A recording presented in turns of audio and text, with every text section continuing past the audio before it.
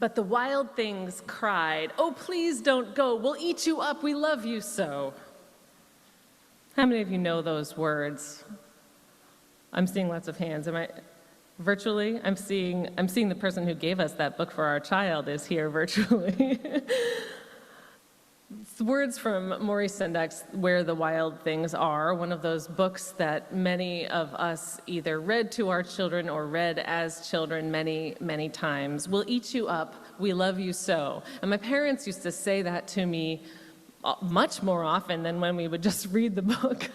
I didn't understand when I was a child what they meant. I was like, those things seem disconnected. Love and eating someone up do not seem to go together. I do not get it. And it wasn't until I was a little bit older that I heard about cute aggression. How many of you have heard of the term cute aggression? I think I've mentioned it at least once, a handful of you. So cute aggression is something that apparently 50 to 60% of us are afflicted with or blessed by, depending on how you see it. It's when you see something that is very cute and you feel aggressive about it. You want to be like, "Ugh, I want to eat that baby," or like, "Oh, I just want to squeeze the life out of that cute puppy." You don't actually want to cause the cute thing harm, hopefully. But like, it's so cute, or you love it so much, you just want to feel aggressive towards it. This is one kind of fierce love, which is the title of today's sermon. I eat you up, I love you so. But there are lots of different kinds of love that feels fierce, right? Fierce is a word that comes from the original Latin feris, which means untamed, like feral, cat, untamed, and then went through the Old French fier, which means fierce or brave or proud. So untamed, brave, proud, a big feeling kind of love. And there's lots of different kinds of fierce love. There's cute aggression. I feel that for my own child. I try to eat him up as much as I can. But you also sometimes feel fierce love for a lover, like a burning passion, a desire to be with your lover. Or for a beloved friend, you would do anything to help them when they're in need. Or sometimes you feel it for art or music, like you just want to listen to that music on repeat. You just want to immerse yourself in the beauty of that art or in the creation of art. Sometimes you feel it like love of community or love for justice, where you're willing to reorient your entire life in order to be of use to those around you. It's a sacrificial kind of love, fierce love. And fierce love feels amazing, this powerful sense of love that so many of us have. It enlivens us. It doesn't feel like anything else. It feels a sense of like joy and strength and fear kind of all together at once. It fuels the most meaningful experiences of many of our lives. And probably more than any other kinds of experiences in our lives, it shapes how meaning plays out for us. It shapes the course of our lives, course of meaning in our lives. It shapes the stories we tell about ourselves. But then, because life is about change, that love ends, that fierce love ends, whether it's through the loss of someone who passes away in your life, or the ending of a romance, a personal failure, or a commitment to justice that goes unfulfilled.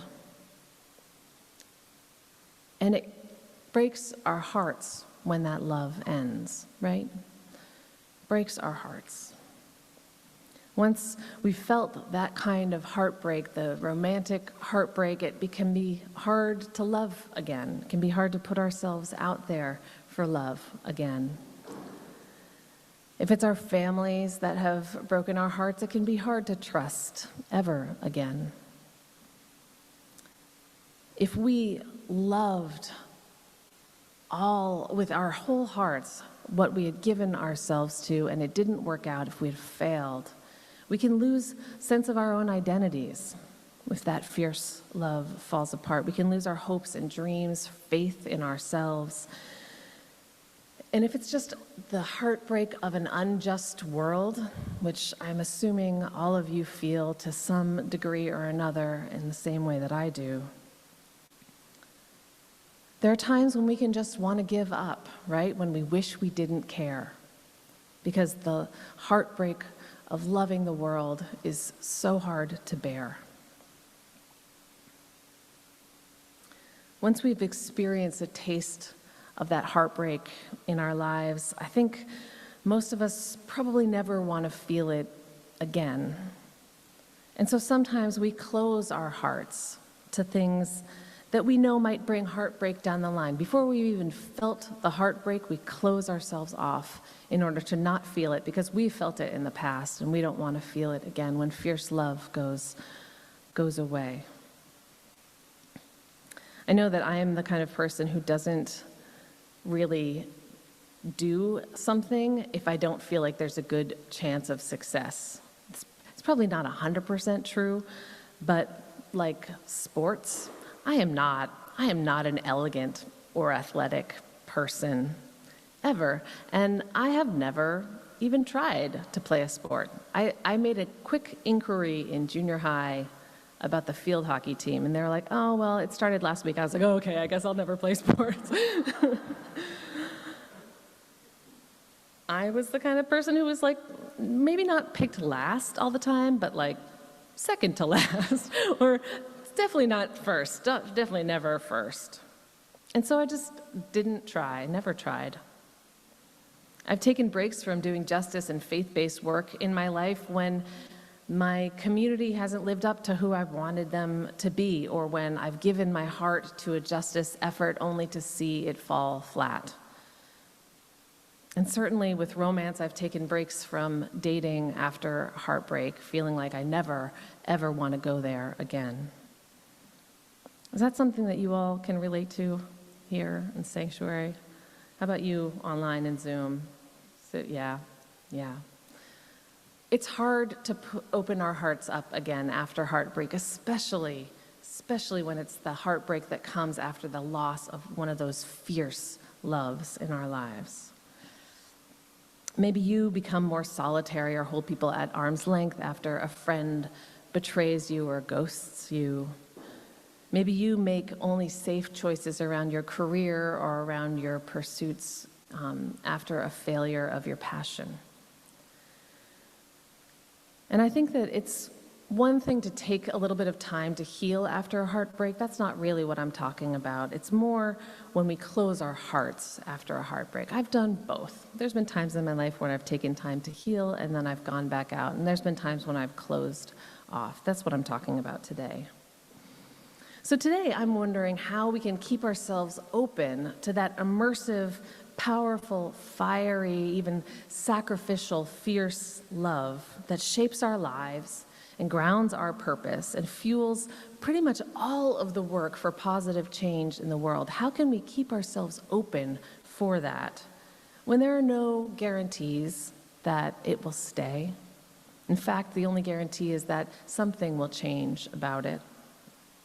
How can we keep ourselves from shutting down before we even try?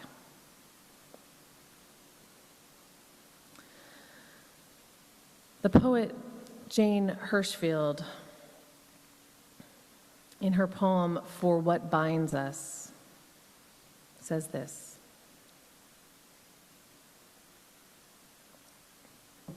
there are names for what binds us, strong forces, weak forces. Look around, you can see them, the skin that forms in a half-empty cup, nails rusting into the places that they join, joints dovetailing in their own weight. The way things say so solidly wherever they've been set down. And gravity, scientists say, is weak.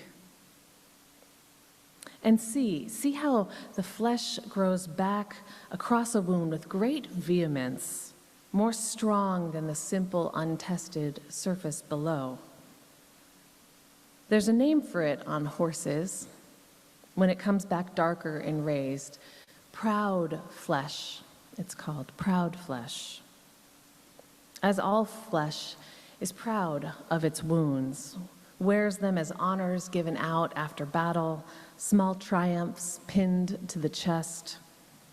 And when two people have loved each other, see how it is like a scar between their bodies, she writes. Stronger, darker, and proud. How the black cord makes of them a single fabric that nothing can tear or mend.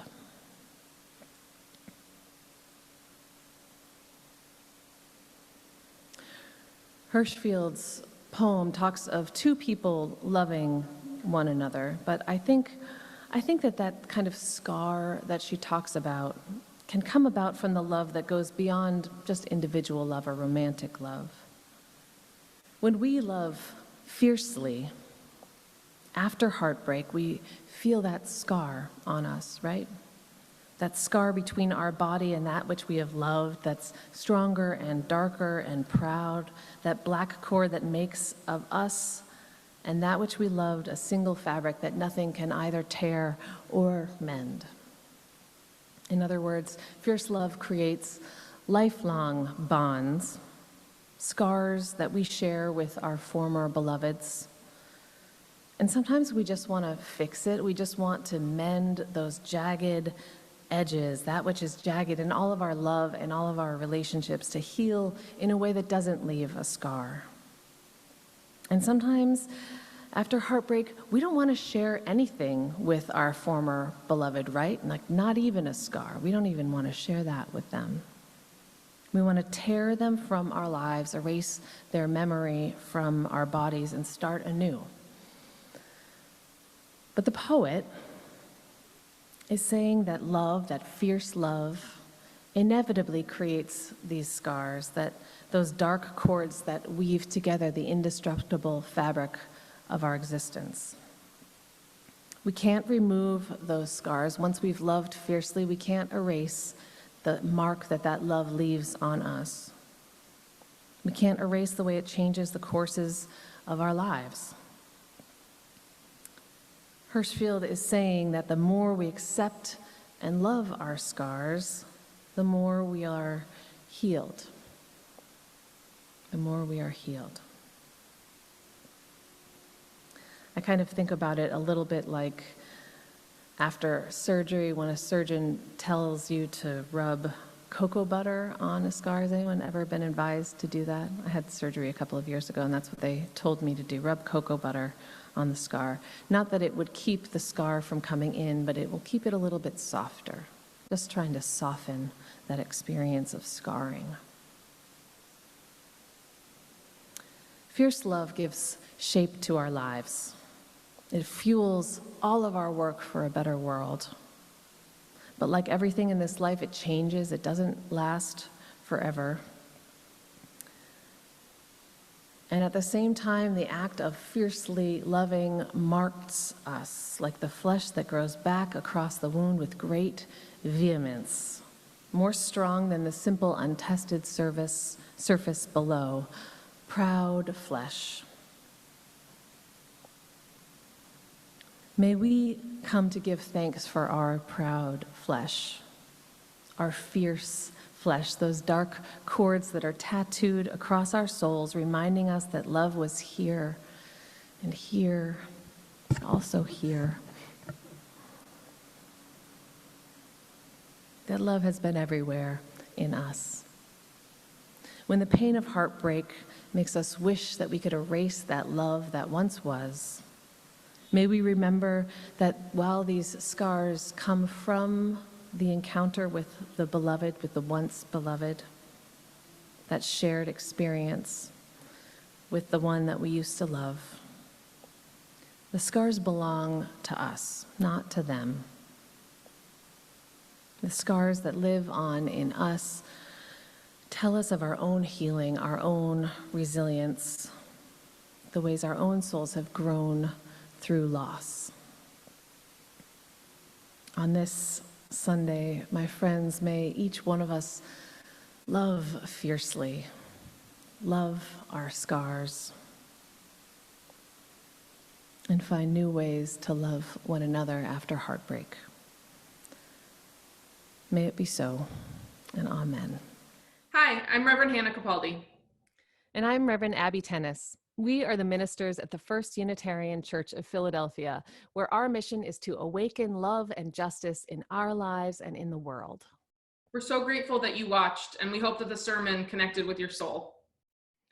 We also want to invite you to join us for a live worship service every Sunday at 11 a.m. Eastern Time. You can always find the link to that service on our website at www.philauu.org. In these services, you'll hear words like you've just heard, and you also get a chance to greet one another, pray together, sing together, and we even hold a virtual coffee hour after services to get a chance to greet some new and old friends. If you want to support the mission of this community and you feel moved to give, you can do so by going to the website that Reverend Abbey just mentioned. You can find that link below, or you can text 215-709-5095 and follow the prompts to give. If someone in your life needs to hear these words today, we encourage you to share this video. And again, thank you so much for watching. We hope to see you soon.